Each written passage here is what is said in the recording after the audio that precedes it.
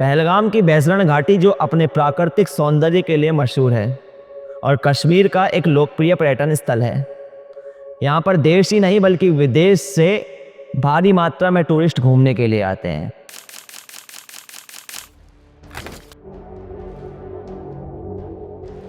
बाईस अप्रैल 2025 के दिन भी यहाँ पर देश के विभिन्न हिस्सों से टूरिस्ट घूमने के लिए आए थे। सभी टूरिस्ट एंजॉय कर रहे थे, लेकिन 2:30 बजे अचानक कुछ ऐसा होता है जिसकी वजह से वहाँ पर मौजूद टूरिस्टों की ज़िंदगी में अफरा तफरी मच जाती है। उमरा चलना यार। ओए था कोई दिसता जहांगीर तो यार बिहारियां पीछे जुल दे यार तुम मौत ही कश्मीर गेंद है।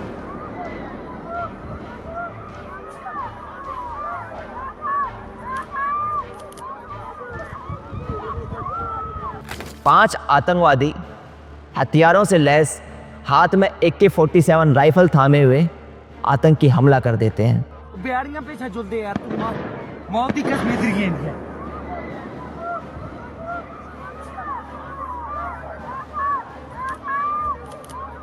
वो मुस्लिमों को अलग होने के लिए कह देते हैं और लोगों को 2 गुटों में बांट देते हैं। उसके बाद वो लोगों से उनकी पहचान पूछते हैं, उनका धर्म पूछते हैं, कुछ लोगों से तो वो कलमा भी पढ़वाते हैं। इस पर भी जब शिनाख्त नहीं हो पाती तो कई लोगों की तो वो पैंट तक उतरवा देते हैं और जो भी उन्हें गैर मुस्लिम मिलता है, खास करके हिंदू, उसे वो गोली मारकर छलनी कर देते हैं। इस आतंकवादी हमले ने कहीं ना कहीं मानवता पर वार किया है। देश और दुनिया में इस आतंकी हमले की काफ़ी निंदा हुई। इस आतंकी हमले में 26 लोगों ने अपनी जान गंवा दी। मरने वालों में 25 हिंदू और एक मुस्लिम नागरिक था। ये मुस्लिम नागरिक वहाँ पर आतंकी हमले को रोकने की कोशिश कर रहा था, लेकिन आतंकियों ने इसकी जान को भी नहीं बख्शा और इसे भी गोली से छलनी कर दिया। इस आतंकी हमले में 26 लोग तो मारे गए, 20 से ज़्यादा लोग घायल भी हुए। इस आतंकी हमले का नेतृत्व कर रहा था आसिफ फौजी। बताया जा रहा है कि इस आतंकी हमले में कम से कम 2 आतंकवादी पाकिस्तानी मूल के थे, जबकि अन्य स्थानीय या फिर सीमा पर प्रशिक्षित थे। 2008 के मुंबई हमलों के बाद भारत में ये सिविलियंस पर सबसे बड़ा हमला था। यह आतंकी हमला सिर्फ टूरिस्ट पर नहीं बल्कि इंसानियत पे भी था। इस आतंकी हमले ने इंसानियत को शर्मसार कर दिया। निहत्थे टूरिस्ट पर गोली चलाना किस हद तक सही है? आज हम अपनी इस वीडियो में जानेंगे इस आतंकी हमले के बारे में डिटेल से। साथ ही साथ ये भी जानने की कोशिश करेंगे कि इस आतंकी हमले के पीछे आखिर मकसद क्या था। क्या इस आतंकी हमले को रोका जा सकता था? चलिए जानते हैं इन सभी बातों को तथ्यों के साथ। आखिर इस आतंकी हमले के पीछे का इरादा क्या था? 22 अप्रैल 2025 पहलगाम की बैसरण घाटी में हुए इस आतंकी हमले के पीछे लश्कर-ए-तैयबा से जुड़े संगठन द रेसिस्टेंस फ्रंट का हाथ बताया जा रहा है। अगर भारतीय खुफिया एजेंसियों की माने तो इस हमले का मास्टरमाइंड सैफुल्ला कसूरी उर्फ खालिद था, जो कि लश्कर-ए-तैयबा का शीर्ष कमांडर भी है। इस आतंकी हमले में कम से कम 2 पाकिस्तानियों का होने का दावा किया जा रहा है। द रेजिस्टेंस फ्रंट का दावा है कि उन्होंने यह आतंकी हमला 2019 में 370 हटाए जाने के विरोध में किया है। धारा 370 हटने की वजह से अब कश्मीर में गैर मुस्लिम लोगों की आवाजाही बढ़ने लगी है। अब गैर मुस्लिम लोग कश्मीर में ज़मीन खरीद सकते हैं, जिसकी वजह से अब गैर मुस्लिमों की बसावट कश्मीर में बढ़ रही है। दूसरा जो मेन इरादा बताया जा रहा है इस हमले के पीछे, वो है पर्यटन और अर्थव्यवस्था पर हमला। आतंकवादी कहीं ना कहीं भारतीय अर्थव्यवस्था पर भी हमला करना चाह रहे हैं। पिछले कुछ वर्षों में कश्मीर में पर्यटन फल फूल रहा है। देश विदेश से लोग कश्मीर घूमने के लिए आ रहे हैं। अगर साल 2024 की बात की जाए तो कश्मीर से 8,000 करोड़ रुपए का टैक्स आया है, जो कि एक बहुत बड़ी अमाउंट है।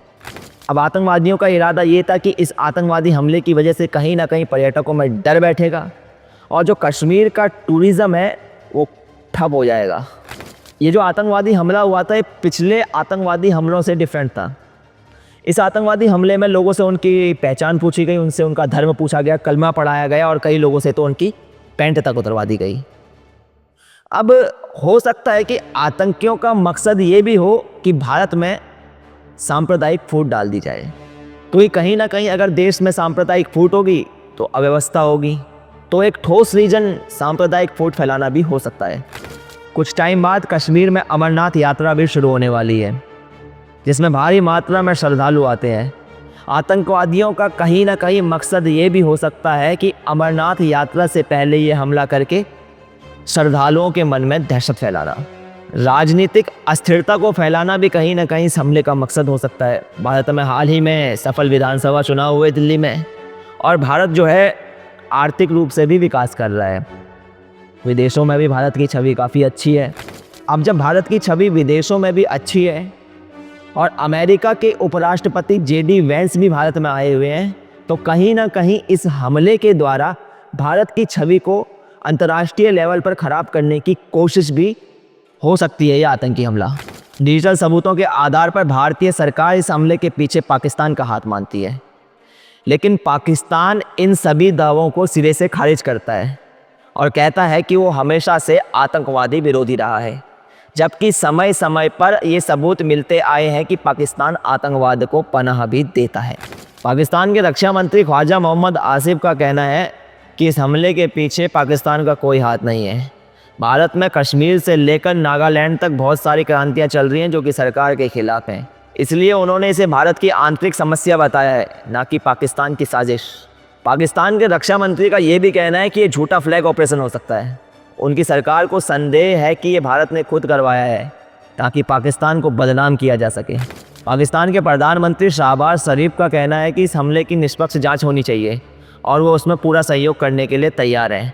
इसके अलावा पाकिस्तान ने आतंकवाद की निंदा भी की है, जो कि वो पहले से करता हुआ आया है, लेकिन इसके पीछे सच कितना है वो आप भी जानते हैं और हम भी जानते हैं। इसके अलावा पाकिस्तान का कहना है कि अगर भारत कुछ प्रतिक्रिया करता है तो पाकिस्तान उसका जवाब देने के लिए तैयार है।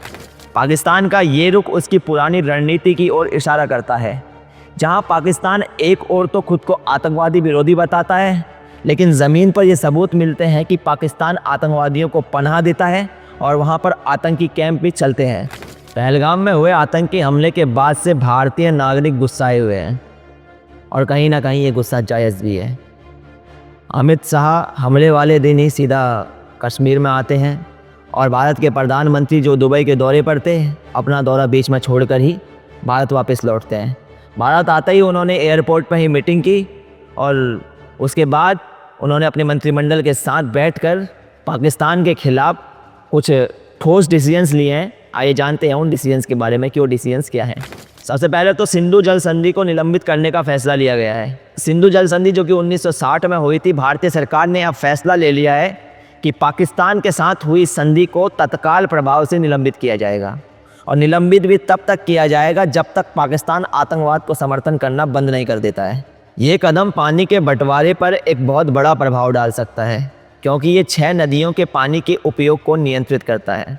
ये एक ठोस कदम है। इससे पाकिस्तान के एग्रीकल्चर पर एक गहरा प्रभाव पड़ेगा और कहीं ना कहीं ये सीधे तौर पर पाकिस्तान की अर्थव्यवस्था पर भी वार है। दूसरा कदम जो भारतीय सरकार ने लिया है उसके अंतर्गत अटारी बागा बॉर्डर जो है वो बंद कर दिया गया है। सार्क वीज़ा के जरिए जो पाकिस्तानी नागरिक भारत में आते हैं उस पर प्रतिबंध लगा दिया गया है। अब सार्क वीज़ा से कोई भी पाकिस्तानी नागरिक भारत नहीं आ पाएगा। इससे पहले जो SVES वीज़ा जारी किए गए थे उन सबको निलंबित कर दिया गया है। भारत में मौजूद पाकिस्तानी नागरिकों को अल्टीमेटम दे दिया गया है कि उन्हें 48 घंटे में भारत को छोड़ना होगा। पाकिस्तानी और भारतीय उच्च आयोगों में नियुक्त कर्मचारियों की संख्या घटाकर 55 से 30 कर दी गई है। सीमा शुल्क समारोह में कटौती की गई है। इन कदमों से न केवल भारत ने राजनयिक संबंधों को कमजोर किया है, बल्कि पानी और व्यापार जैसे महत्वपूर्ण मुद्दों पर भी दबाव बनाया है। इस आतंकी हमले के बाद कहीं ना कहीं देश दो गुटों में बढ़ चुका है। पहले गुट का मानना है कि ये हमला कहीं ना कहीं सरकार का फेलियर है और दूसरे गुट का मानना है कि कहीं ना कहीं इस हमले में कश्मीरी मुसलमानों की इन्वॉल्वमेंट है, क्योंकि वो कहते हैं कि लोकल्स की हेल्प के बिना ये हमला हो ही नहीं सकता। अब जानने की कोशिश करते हैं कि क्या ये सच में सरकार का फेलियर है। बेसिकली जहाँ पर हमला हुआ है वो जगह ऐसी है जो रोड से करीब 20 से 30 मिनट की दूरी पर है और वहाँ पर घोड़े और खच्चरों से ही जाया जा सकता है। और हाल ही में जो वहाँ का माहौल था वो शांत भी हो गया था।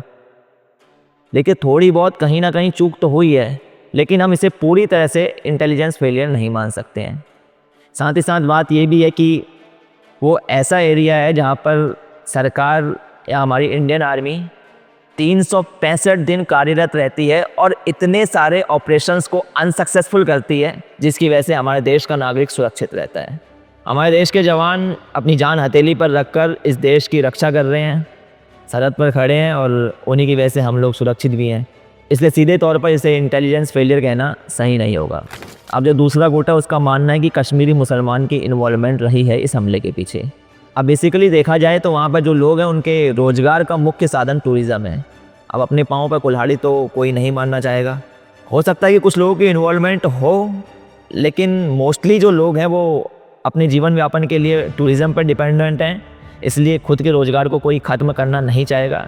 अब बेसिकली मिली जुली राय यही है कि हम सीधे तौर पर सभी को आरोपी घोषित नहीं कर सकते हैं। और देखा जाए तो वहाँ पर एक लोकल भी शहीद हुआ है जो आतंकवादियों से टूरिस्ट को बचाने की कोशिश कर रहा था।